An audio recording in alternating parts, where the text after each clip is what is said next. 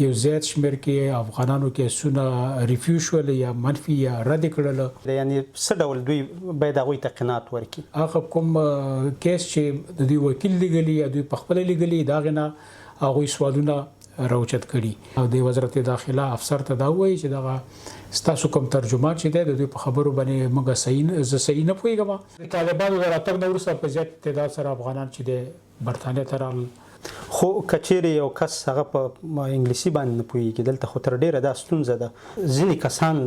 دغه د امضا اخیستلو یا لاسلیک لپاره یې چې غواړي، په دې کې څه دي که لږ واضح کوي؟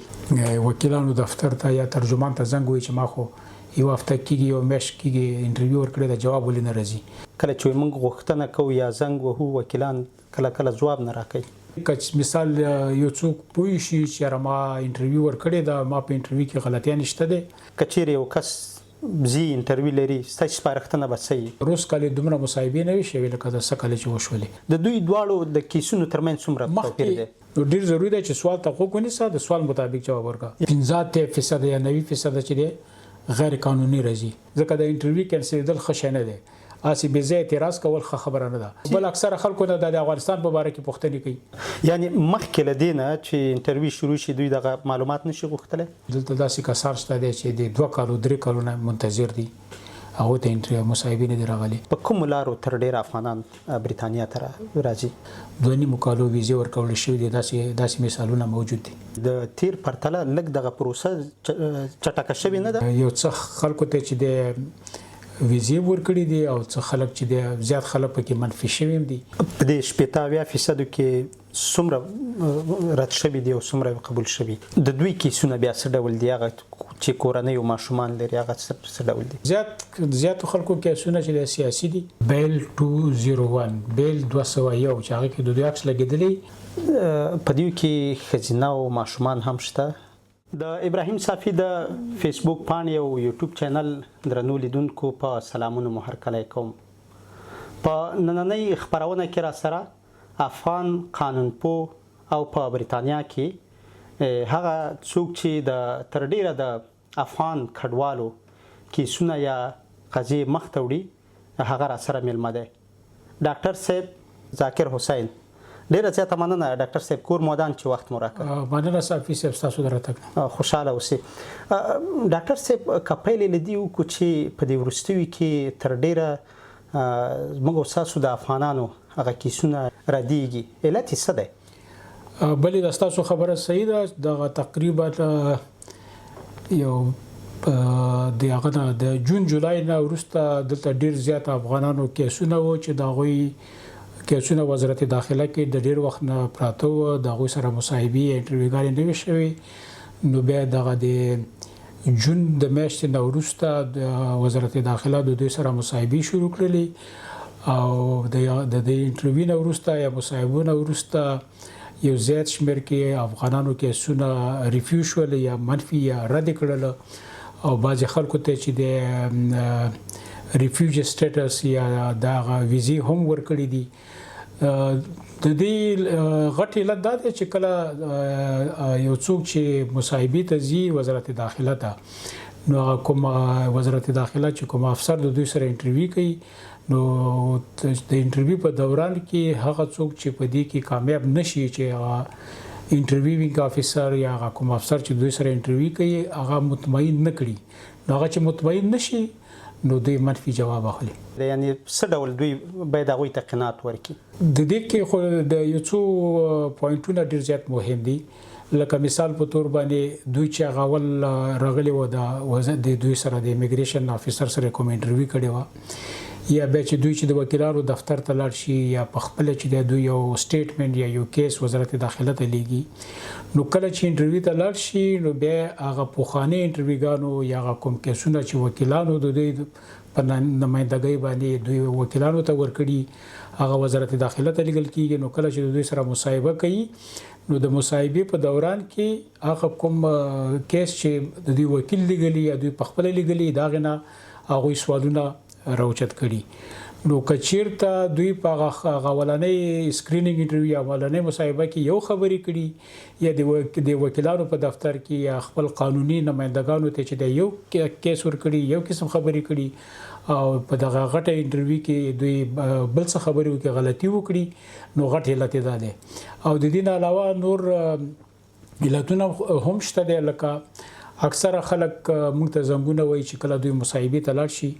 نو دوی وایي چې دغه د وزارت داخله چې کوم ترجمانان دي وایي دوی سره موږ په خبره باندې صحیح نه پوهیږو لکه مثال په تور باندې زموږ کوم دری زبان ورونه چې دي نو هغه وایي چې موږ ته بعضی وخت کې د ایرانی فارسی ترجمانان راولي نو په دری او فارسی کې ډیر زیات فرق دی په فارسی کې بعضی اصطلاحات استعمالي کې چې هغه موږ په دری کې نه لرو همدارنګه زموږ پښتانه ورونه دا شکایت کوي دا چا سره چې مصاحبه شوي دي چې د مصاحبه په دوران کې یا د انټرویو په دوران کې دوی ته چې د پاکستانی ترجمانان راولي او په د زموږ د افغاني پښتو کې او پاکستانی پښتو کې ډیر زیات فرق دی لکه مثال موږ په افغانستان کې ډېر اصطلاحات استعمالو چې هغه باندې پاکستانیان نه پوهیږي یا پاکستانیان چې کوم پښتو کې کوم اصطلاحات استعمالي هغه باندې چې د افغانان نه پوهیږي کچېرې یو ژباړن یا ترجمان چې هغه انتخاب کړی او د کورنیو چارو وزارت د بریتانیا یعنی هم افیس سره یو کس چې هغه کیس ورکوي هغه کولی شي هغه چینج کی بدلی کی کنه دوی د حق لري لکه دغه زموږ دفترونو ته زموږ د وکیلانو دفترونو ته چې څوک راځي د مصاحبې نه مخکې موږ هغوی ته چې د وکیلان به هغوی ته چې د قانوني مشورې ورکوي نو هغه قانوني مشورو کې اولینه خبره دا ورته کوي مهمه خبره دا ورته کوي چې کله مصاحبه شروع کیږي نو د وزارت داخله د ترجمان سره خبرې وکړي 15 دقیقې 10 دقیقې کا 100% په دې باندې مطمئن شولای چې تاسو د یو بل په خبره باندې پوهیدلې د وزارت داخله په ترجمان په خبر باندې پوهیدلې نو بیا مصاحبه ورکړي چې مخکې لاړ شي او کچيري تاسو په دې باندې پوهیږئ چې داغه په خبرو سینې په کې ترجمان او ترجمان ستاسو خبرو باندې پوهیږي او دې کې یو بل په پوهیدلو کې مشکلات درته پیدا کیږي نو وکیلان ورته همیشه دا مشوره ورکوي چې بیا په دغه ترجمان باندې اعتراض وکړي او د وزارت داخله افسر ته دا وایي چې دغه ستاسو کوم ترجمان چې دی د دوی په خبرو باندې موږ صحیح نه پوهیږم او ماته یو بل ترجمان راولي دا د دوی حق دی امکان لري دا حق لري هغه دا کله چې د مصاحبه شروع کیږي نو قانونا د وزارت داخله افسر هغه ته پکار دی وي چې دوی ته وي تاسو یو بل سره خبرې وکړئ او خبرې وکړئ چې آیا تاسو د یو بل په خبرو باندې صحیح پوهیږئ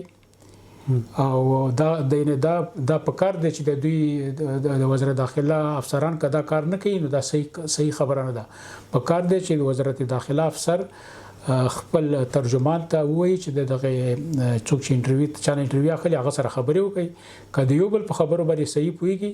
نو بیا ته پوښتنه کوي چې آیا دغه ترجمان سره چې ستاسو ترجمانی کوي د خبرو پوهیږي دغه تصدیق ته اکثر اخلي کچېرې دا چې وشي 15 دقیقو کې تاسو ویل چې خبرې کوي کچېرې دقیقې 10 دقیقې او کا الته سره دوی سره پوي شول خو بیا کله چې الته پښتني کیږي په ځینو پښتنو سره پوي نشول او دوی رد شو آیا دغه کس چې رد شوی دی یا منفي شوی دی د دې حق لري چې بیرته کورنیو چارو وزارت ته وایي چې دوی چې کله وزارت داخله چې چا سره مصاحبه وکړي دوی ته به غره ورته لګي د مصاحبه فوټو کاپي ورته لګي ورته وایي چې تاسو 15 ورځې یو هفته وخت لرئ چې دا کومه مصاحبه شوې ده دا مصاحبه کې تاسو نه چې کوم سوال شوی دی او تاسو کوم جواب ورکړی دی نو تاسو وګورئ چې هغه تاسو کوم جواب ورکړی دی آیا ماغه جواب په ماغه شکل کې لیکل شوی دی کنه لیکل شوی او کنه لیکل شوی دوی کولی شي په 15 ورځو کې په خپل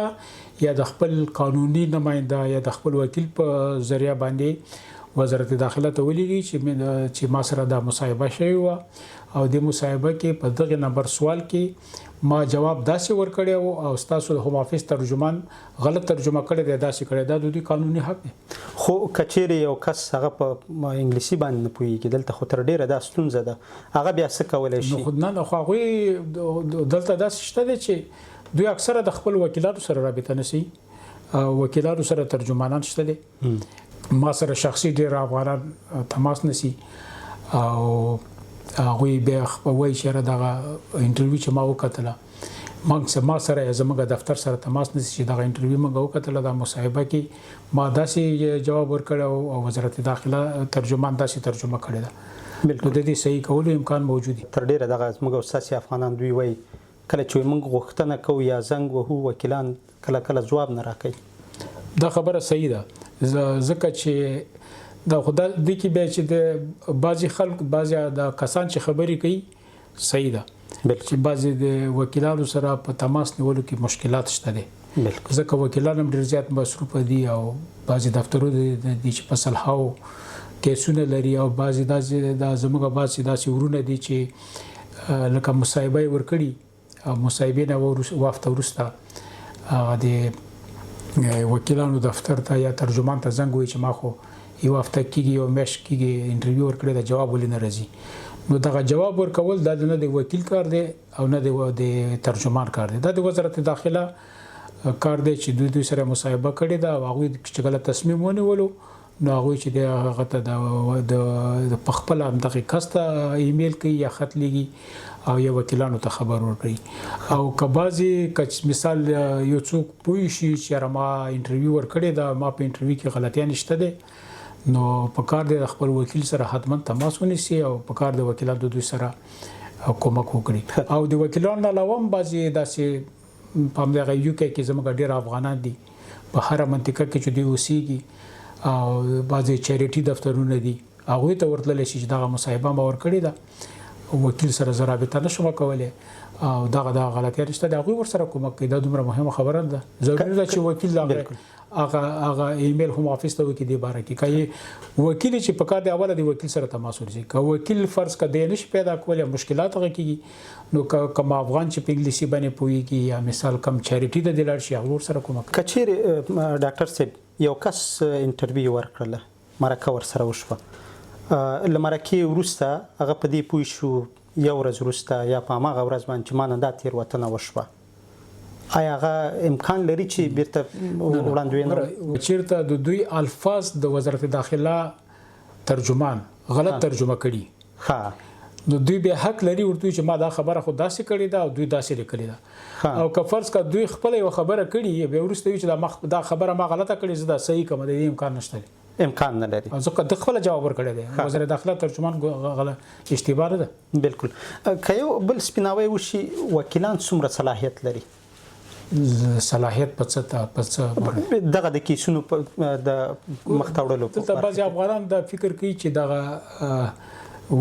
د دوی کیسونو کې چې د وکیلان ډېر غټ رول لري نو دا صحیح خبره نه ده د وکیل کار چې دی د یو کاتب دی چې د دوی په منځ کې او د وزارت داخله په منځ کې خط او کتابت وکړي لکه اوس مثال یو څوک نوی راځي هغه د وکیل دفتر ته ځي نو د وکیل وظیفه دا ده چې د سره کینی او د اسایلم سټیټمنټ یا دغه سیاسي کیس چې د خپ صحیح ترتیب سره ولیکي دی چې څه ورته وایي هغه په صحیح ترتیب سره ورته وایي که بعضې ځای وکیل هغه ته وکیلانو ته پکار دي چې د دوی نه ښه مفصل معلومات ولري که فرض که دوی معلومات نه ورکړي پوښتنې سوالونه ته نه وکړي مفصل معلومات نه ولي ښه صحیح کیس ولیکي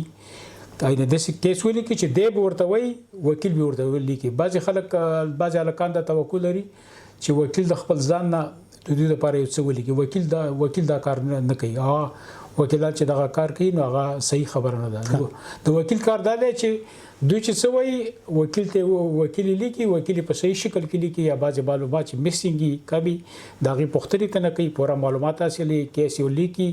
دته به پکار دی باید دویم ځلي ولوستل شي او دی چې صحیح ورباندې پوه شولو امضا دي کی امضا نه وروسته وکیل وزارت داخله ته لیږي د دې نه علاوه وکیل بعضې خلک دا فکر کوي چې وکیل به ماته ویزه والي او ماته به هغه والي وکیل چاته ویزه نشي اخیستلی د وکیل کار دا دی چې اول چې دی راشي دفتر ته په مفصل سره د سره کینی او د دې چې کوم مشکلات دي هغه په صحیح شکل کې چې دی ولیکي په صحیح خواني وزارت داخله ته ولیږي د وکیل کار دا دی چې د مصاحبه یا انټرویو راشي د ته په وخت باندې خبر ورکړي د وکیل کار دا دی چې د چاته که مثال ویزه راغله د خبر ورکړي د چا کیس منفي شي لکه د چا کیس ریفیوز شلو منفي شلو دته 2 هفتې ټایم ورکړي که په 2 هفتو کې دننه دوی د وزارت داخله د فیصلې په خلاف باندې محکمې ته اپیل ونه کړلو نو بیا دوی ته مشکلات پیدا کیږي. مشکلات لکه څنګه دي دلته اکثره دغه نه صرف افغانان بل هغه څوک چې دلته پناه غوښتونکي دي اسایلم سیکر دي هغوی په هوټلو کې اوسېږي په کورونو کې اوسېږي د وزارت داخله هغوی سره کومک کوي هغې ته ناس سپورټ وایي. نو که چېرته دوه هفتو کې دننه دوی اپیل ونه کړلو نو هغه وزارت داخله چې کوم کومک ورسره کوي هغه کومک ورباندې بندېږي. د یو قسم په دې ملک غیر قانوني شو. ښه یعنی بیا د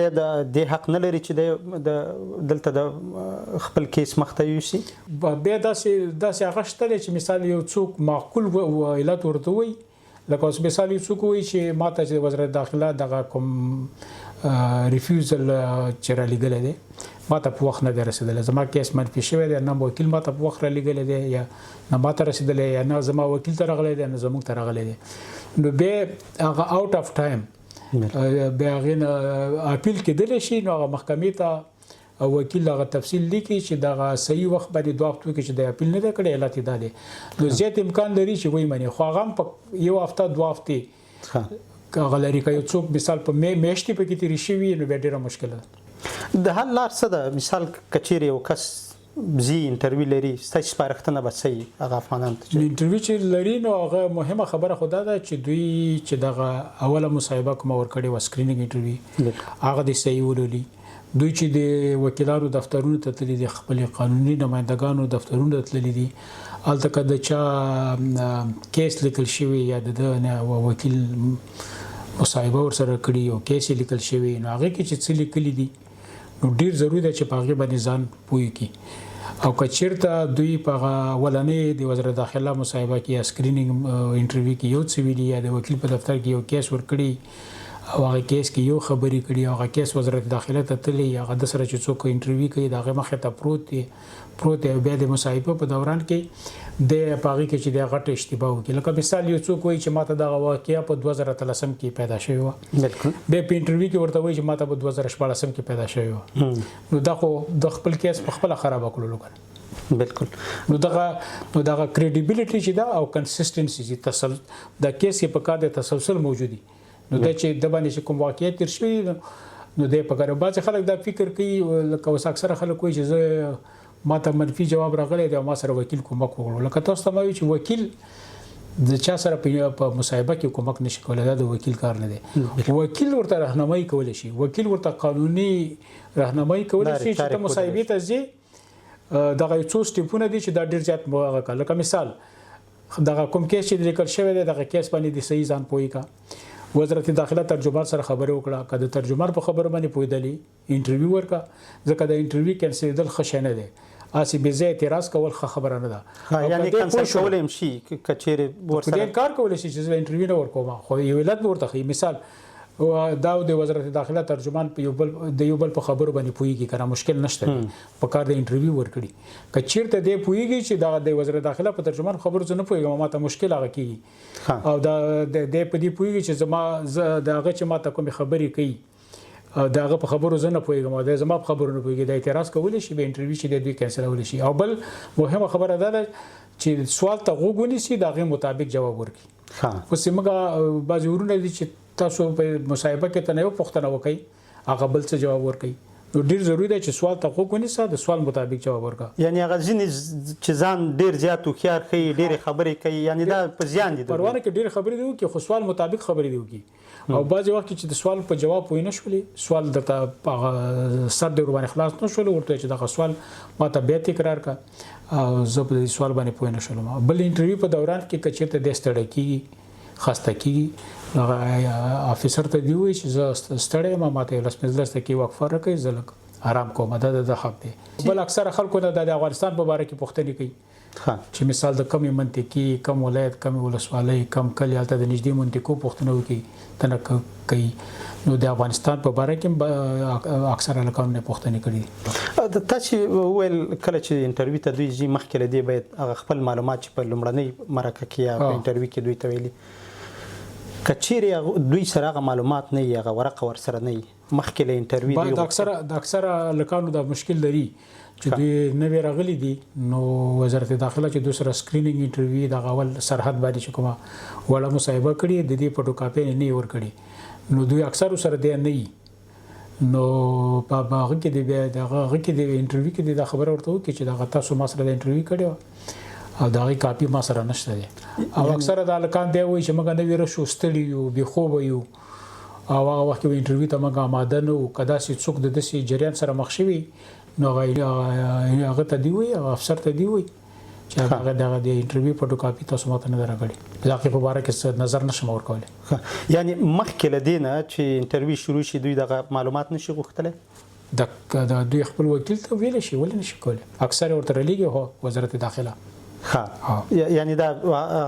ځکه موږ چې چا دپاره موږ هغه کړی دی ایمیل کړی دی وزارت داخله نه هغوی ورته چې دی هغه رلیږي او وزارت داخله دا اوس اکثره کسان وایي چې موږ ته انټرویو رانغله د دوی اوس د اوسنی سیستم کې د مصاحبو په باره کې ښه په دې ده چې دوی انټرویو ورته په ایمیل کې هم رلیږي بیا په ټیکسټ میسج کې هم اکثره ورته رلیږي بیا ورته ریمایندر رلیږي نو دوی دغه سیستم اوس لږ قوي کړی دی وزارت داخله یعنې خلکو ته خبر ورکوي او تر ډیره دغه د انټرویو چې کله راځي دا په څومره موده کې دوی ته راځي که یو کس دلته راغلی د صافي صاحب د دې هیڅ هغه نه دی معلوم اوس دلته لکه تاسو ته ما ویل چې دلته داسې کسان شته دی چې د 2 کالو 3 کالونه منتظر دي هغوی ته انټرویو مصاحبې نه دي راغلي او داسې کسان شته دی چې په دغې د 2024 کې راغلي دي او ډېر زیاتو خلکو سره مصاحبې وشولې جوابونه هم ورکړله نو دا د دې په باره کې څوک هغه نشي ورکولی یعنې علت یې روښانه نه دی علت یې روښانه نه دی او دوی هم نه غواړي چې روښانه یې کړي کسان دوی هم نه وایي د دې یو غټ علت زما په نظر دا دی چې دوی بعضې کسانو باندې چې مثال شک کړي چې یاره دوی د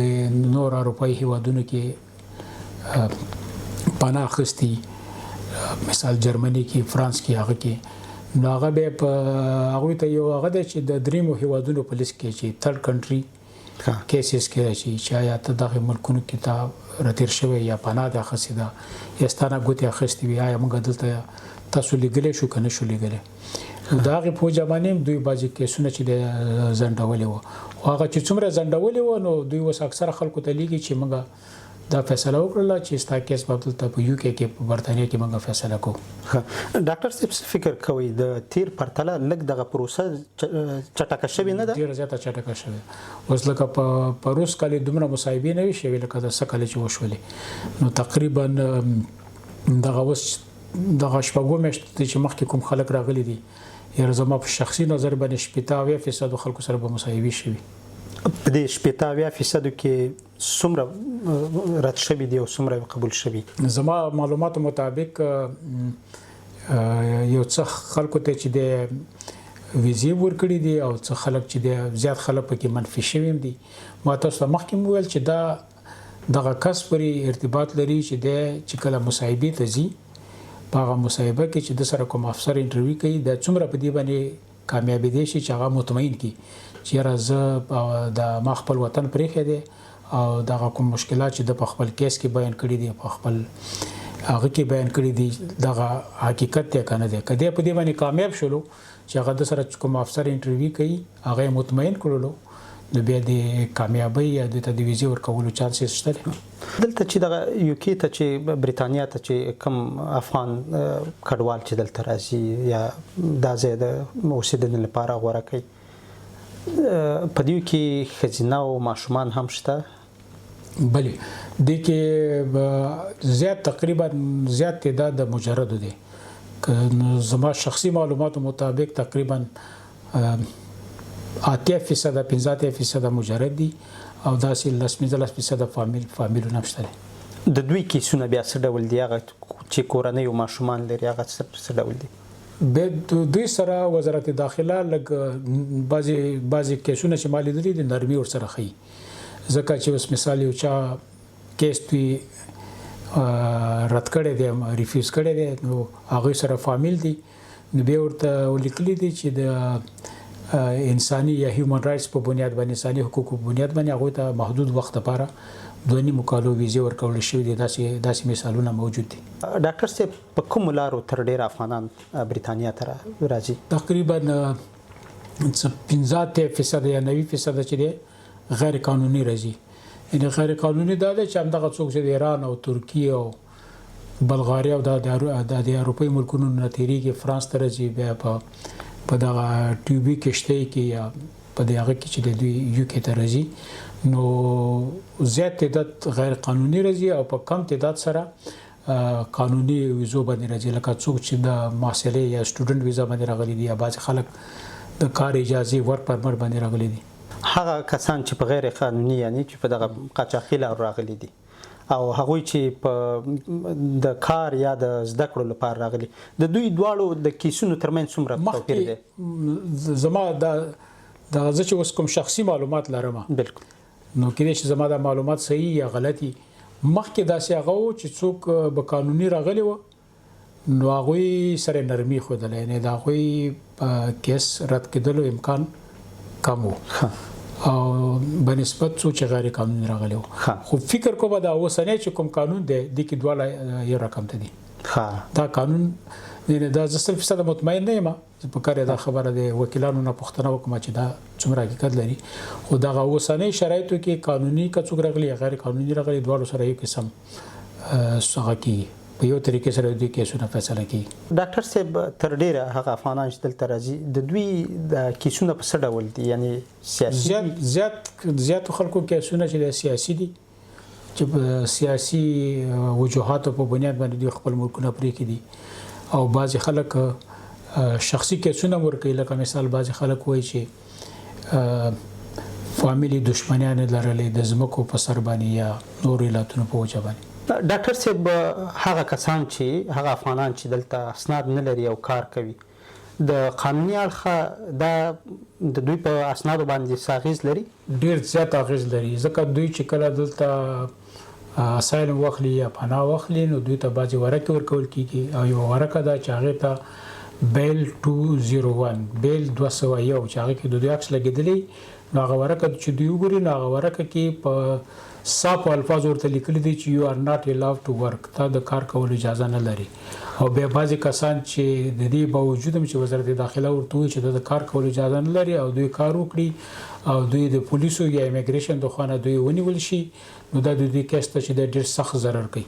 لکه څنګه ضرر ورته کوي ضرر دا کوي چې هغوی د وزارت داخله ورته ویلي دي چې ته د کار کولو اجازه نه لري او دا د هغوی د حکم خلاف کار کوي او د کار اجازه نه لري او دوی کار کوي نو دوی کله چې د دوی په کیس باندې فیصله کیږي نو دا دوی کیس ته ډېر منفي اثر کوي ډېر بده خبره ده د دوی کیس لپاره یعنی د دې امکان هم شته چې ورته اسناد ورنکړي غټ امکان لري او یو قسم دا جرم شروع کنه چې هغوی ته وایي چې ته دا کار مه کوه بالکل کار کولو اجازه نه لري او دوی بیا کار کوي دا هغه شول او بل په کیس باندې چې ډېره زیاته اغېزه کوي منفي اغېزه کوي هغه څوک چې جرم وکړي څوک چې هر قسم جرم چې وکړلو نو دوی هغه کسانو ته خو بالکل فکر کومه د ویزې ورکولو امکان بالکل ختمي یو خو د کار دی بل کوم جرمونه دلته هغه دي چیرې دغه زموږ او ستاسې افغانان پرې پوه شي زما د معلوماتو مطابق موږ افغانان چې دی په مختلفو برتانیا په مختلفو ښارونو کې جنګونه کړي دي او جنګ چې وکړي نو دا یو جرم بلل کېږي او دا چې کله د دوی په کیس باندې فیصله کېږي نو دا د دوی په کیس باندې ډېر منفي اغېزه کوي داسې خلکو ته د ویزې ورکولو امکان بالکل ختمېږي که چیرې یو چاته هغه دغه کارډ یې ورکړی دا بي آر پي کارډ چې دا چې ورکړی او دی داسې یو جرم وکړي بیا هم دا بیا د ده په هغه پاسپورټ ورکړې ورکړې هم ستونزه ورته جوړوي که چیرې تاسو معنا وایه چې چاته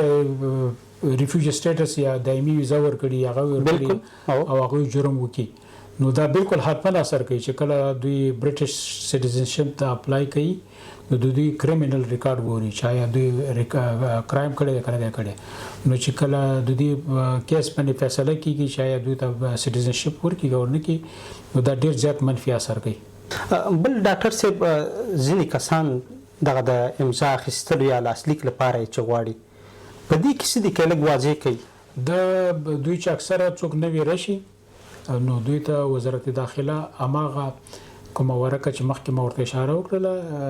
بیل 201 نو هغې کې ورته یو ځای کې دا لیکلي دي چې کار کولو اجازه نه لري او مخکې نه لاندې ورته لیکلي چې تاسو په دغه تاریخ باندې او په دغه وخت باندې او دغه مقام ته دغه زیات امضا ته راشي هغه ته دوی ایمیګریشن ریپورټینګ ویل کیږي نو هغه امضا ته یا ایمیګریشن ریپورټینګ ته څوک حاضر نشي نو دا د دوی په قانون کې به مفروض بلل کیږي نه دا د دوی کیس ته ډیر ضرر کوي نو ډیر ضروری ده چې وزارت داخله څوک امضا ته وغواړي یا ایمیګریشن ریپورټینګ ته وغواړي دا په ماغه تاریخ باندې او په ماغه وخت باندې ورته ځان حاضر کړي یعنی دا یو ډول حاضری اخیستل دي چې دلته شته نو که څوک دلته شته او که څوک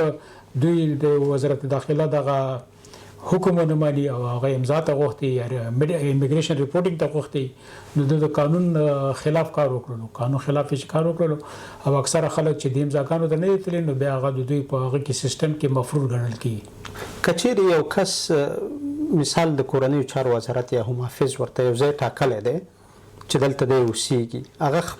بې له دې چې هغه هم افیس ته یا د کورنیو چارو وزارت ته د بریتانیا خبر ورکړي خپل ځای بدلوي دا هم څه اغیز لري دلته دوه قسم خلک دوه قسم ځایونه کې اوسېږي یو خدای دی چې خلکو ته وزارت داخله یا ناس اکاموډیشن ورکړی دی ځای ورکړی دی کور یا هوټل ورکړی دی او بعضې داسې خلک شته دی چې هغوی په شخصي ادرسونو باندې وتلي دي شخصي لکه یو د چا ورور دی او کورنۍ ده دوست دی نو د هغوی سره اوسېږي نو د هغې طریقه کار دا دی چې دوی په د هغې دپاره چې دی آنلاین یو اپلیکیشن دی یو فرمه ده هغه به ډکېږي او کوم ریکوایرمنټ یا کوم معلومات چې تنه غواړي هغه معلومات د تنه وکړي بیا ورته وزارت داخله یو کنفرمیشن یا تصدیق رالیږي چې ستاسو د ادرس چې په د شخصي ادرس اوسېږئ دا موږ سره کنفرم شولو تاسو دلته اوسېدلی شئ او که څوک په یو شخصي ادرس باندې اوسېږي او هغه ادرس یې وزارت داخله سره آنلاین کنفرم نه کړلو یا مایګرین هیلپ په ذریعه باندې کنفرم نکړلو او تصدیق ورته رانغللو او دوی د هغې نه بغیر بل چېرته اوسېږي نو دا ډېر ضرر کوي مثال یو چا ته مصاحبه راځي مصاحبه ورته راځي وزارت داخله سره په سیسټم کې د دوی ادرس نشته دی نو دا مصاحبه ورته په کوم غولیږي مثال یو چا کیس چاته ویزا ورکړله څوک منفي شولو یو خو دغه مشکل ورته پیدا کیږي نو ډیر ضروری ده چې څوک په شخصي ادرسونو باندې وځي نو دوه غلري یا د مایګرین هیلپ ته زنګ وایي چې زما دلته یو دوست دی یو خپل مې دی زه د سره اوسېږم ما ته وتاک را کړی دی کریر نه ناخلي او د هغه ورته دا آپشن ورکوي چې د هفتايي اقتصادي کومک ورسره کوي نو بیا هغه ورته یو ایمیل ورکوي چې په دغه ایمیل باندې د دنه بعضې اسناد غواړي او دا چې چا سره اوسېږي د هغه نه اسناد غواړي نو په دغې طریقې باندې که چېرته دا خپله په د شخصي ادرس باندې اوسېدلو په قانوني طریقه باندې یا آنلاین په انټرنیټ کې چې د خپل ادرس چې د اپډیټ کړلو یا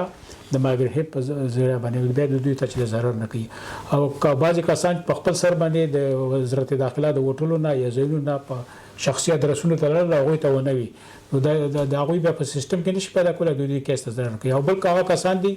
چې د وزارت داخله په هغه کې ځایونو کې اوسېږي هغه وزارت داخله دوی ته ځای ورکړی دی او هغوی سره د دوی ادرسونه شته دی داسې معلومات شته چې څومره کسان د اوس په بریتانیا کې افغان کډوال دي چې د طالبانو د راتګ نه وروسته په زیات تعداد سره افغانان چې د بریتانیا ته راغلل پناه یې واخیستله همدغسې د دوی نه مخکې یو زیات شمېر کې افغانان دلته راغلي وو دلته فامیلونه دي ډېر وخت دلته وخت تېر کړی دی نو ډېر زیات شمېر کې دی خو خاص تعداد د څه رسمي وزارت داخله نه کوم هغه نه دی شوی اعلان نه دی شوی چې په دومره تعداد کې افغانان دي خو د دوی تعداد په لکاو دی ډاکټر صاحب ډېره زیاته مننه کور مو ودان تاسو راتګ نه ډېره مننه صافي صاحب خوشحاله اوسئ